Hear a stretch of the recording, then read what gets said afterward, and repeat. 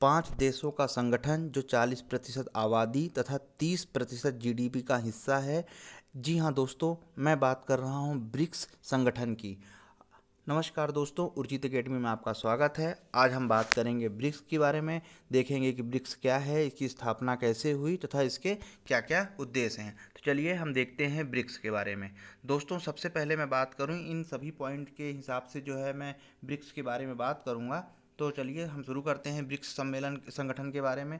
दोस्तों, ब्रिक्स जो है 5 उभरती हुई अर्थव्यवस्थाओं का समूह है। इस ब्रिक्स संगठन के तहत जो है 5 अर्थव्यवस्थाओं में ब्राज़ील, रूस, भारत, चीन तथा दक्षिण अफ्रीका जो है आते हैं। अगर हम स्थापना की बात करें तो दोस्तों, इसकी स्थापना की जो रूपरेखा है वह 2001 से स्टार्ट हो गई थी। जो गोल्ड मैश सैश जो है एक संगठन है, बैंक है अमेरिका का, उनके जो अर्थशास्त्री हैं जिम ओनील, इन्होंने जो है इन चारों ब्राज़ील, रूस और भारत की अर्थव्यवस्थाओं को लेकर एक अनुमान लगाया था तथा उस अनुमान को 2001 में अपनी रिपोर्ट में जो है उन्होंने प्रकाशित किया। ठीक उसके 5 साल बाद यानी 2006 में जो है जब न्यूयॉर्क में संयुक्त राष्ट्र की वार्षिक अधिवेशन हुआ, उस अधिवेशन में इन चारों देशों के विदेश मंत्रियों ने बैठक की तथा उसमें जो है ब्रिक्स के बारे में, स्थापना के बारे में उन्होंने चर्चा की। इस तरह से जो है ये ब्रिक जो है नाम का संगठन जो है सामने आया। मैं ब्रिक इसलिए कह रहा हूँ दोस्तों क्योंकि इसमें जो साउथ अफ्रीका है वो बाद में जुड़ा, इसलिए पहले ये जो स्टार्टिंग में जब ये बना तब ये ब्रिक था, यानी BRIC ब्रिक, ठीक है, तब उस समय पे ब्रिक था। तो चलिए दोस्तों हम आगे देखते हैं। इसके बाद फिर जो है दोस्तों पहली जो बैठक है ब्रिक्स की, वो ब्रिक की पहली बैठक है जो 2009 में रूस में हुई। रूस के एत्रेनिनबर्ग में जो है इसकी बैठक हुई। ठीक 1 साल बाद जो है इसमें दक्षिण अफ्रीका भी शामिल हो गया और ये पूरी तरह से जो है ब्रिक ना होकर ये ब्रिक्स हो गया। इसके बाद दोस्तों जो है जैसे कि इसमें आप देख पा रहे होंगे कि जितने देश है BRICS, इन सभी देशों के जो पहला शब्द है, चाहे ब्राज़ील, रसिया, इंडिया, चाइना, साउथ अफ्रीका, इनके पहले पहले शब्द से जो है ये संगठन जो है बना है। जैसे B से ब्राज़ील, R से रसिया, I से इंडिया, C से चाइना और S से साउथ अफ्रीका, यानी ये संगठन जो है ब्रिक्स हो गया। इस तरह से 5 सदस्य जो हैं ब्रिक्स का हिस्सा है। दोस्तों, अब हम बात करते हैं ब्रिक्स की जो देश हैं वो लगभग 40% जो है आबादी इन्हीं देशों से है, ठीक है।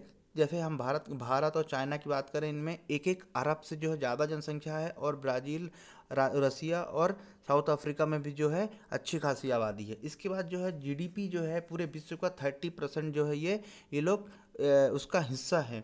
इसके बाद ब्रिक्स जो है महत्वपूर्ण आर्थिक इंजन के रूप में देखा जा रहा है क्योंकि सबसे ज़्यादा जो है यहाँ पे भारत, चाइना और रूस जैसे जो है विकासशील देश हैं जिनकी जीडीपी जो है अपने आप में पूरे विश्व का एक बहुत बड़ा हिस्सा रखती है। इसके बाद जो है ब्रिक्स जो है जितने देश हैं ये सारे विकासशील देश के साथ जो है इनका बाजार जो है वैश्विक रूप से जो है उभरता हुआ है।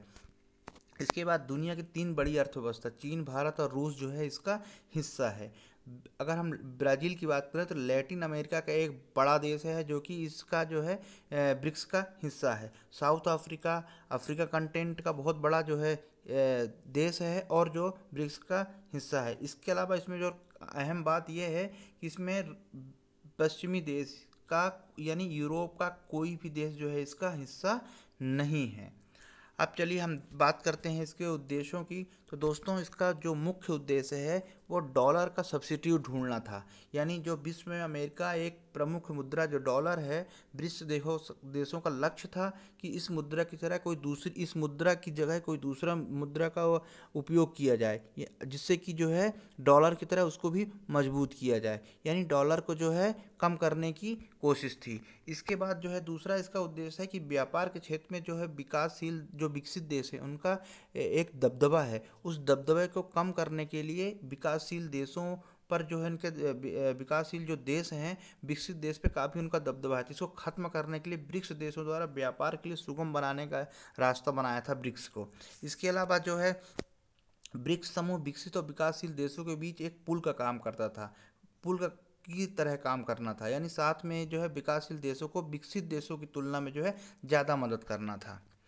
अब इसके बाद जो है दोस्तों ब्रिक्स में एक बैंक की स्थापना की गई, यानी जिसे ब्रिक्स बैंक कहा गया, यानी न्यू डेवलपमेंट बैंक के नाम से जो है स्थापना की गई 2014 में। इसमें क्या हुआ, जो पश्चिमी देशों के बैंक हैं जिसमें IMF या वर्ल्ड बैंक का जो जो वर्चस्व है, जो कि ये केवल विकसित देशों को ही सपोर्ट करते हैं, उसको जो है इनका दबदबा कम करने के उद्देश्य से जो है इसकी स्थापना की गई थी। इसका जो मुख्यालय है वो है संघाई, चाइना में। जो नेशनल न्यू डेवलपमेंट बैंक है, इसका उद्देश्य ये है कि किसी भी देश को, मैं केवल सदस्य देश की बात नहीं कर रहा हूँ, किसी भी देश को जो है शॉर्ट टर्म लिक्विडिटी समस्याओं को दूर करना, यानी जैसे अभी पाकिस्तान में स्थिति बनी हुई है कि उनको मंथली या साल का चलाने के लिए उनके पास डॉलर नहीं है या उनके पास पैसा नहीं है, तो उसको ऐसी कमी को जो है दूर करने के लिए, और इसके बाद जो है वैश्विक तंत्र को मजबूत करना, और जो ब्रिक्स के देश हैं उनको अगर पूंजी की ज़रूरत है या छोटे मोटे जो भी डेवलपमेंट की ज़रूरत है तो वो आसानी से वहाँ से कर्जे ले सकते हैं। इस तरह से जो है इसके उद्देश्य हैं। इसके बाद जो है ब्रिक्स की जो बैंक है उसमें एक बोर्ड ऑफ गवर्नर होगा, जिसमें बोर्ड ऑफ डायरेक्टर बैठेगा, एक अध्यक्ष होगा और एक उपाध्यक्ष होगा।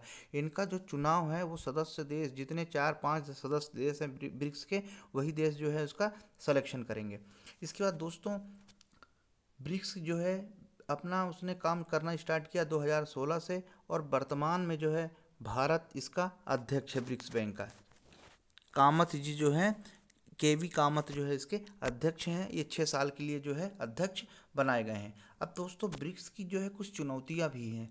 कैसी चुनौतियां ऐसी कि ब्रिक्स में जो है आपस में कुछ मतभेद भी मतलब उभर के आ रहे हैं। खासकर हम बात करें तो भारत और चाइना के बीच में जो सीमा विवाद है उसका जो प्रभाव जो है कभी कभी जो है ब्रिक्स सम्मेलन में भी देखने को मिलता है। दूसरा, इसका एक और विवाद ये भी है कि जिस तरह से IMF और वर्ल्ड बैंक में जो है अमेरिका का दबदबा है, कब्जा है, तो आशंका ये भी जताई जा रही है कि कहीं अगर चाइना भी, क्योंकि चाइना के पास जो अर्थव्यवस्था है जितने ब्रिक्स और देश हैं उनसे कहीं ज़्यादा है, तो एक ये भी अनुमान लगाया जा रहा है कि अगर चाइना ने भी अमेरिका जैसे ही ब्रिक्स, वर्ल्ड बैंक जैसे ही जो है ब्रिक्स में भी कब्जा कर लिया या अपनी पहुंच दबदबा ज़्यादा बना लिया, तो फिर और देश क्या करेंगे।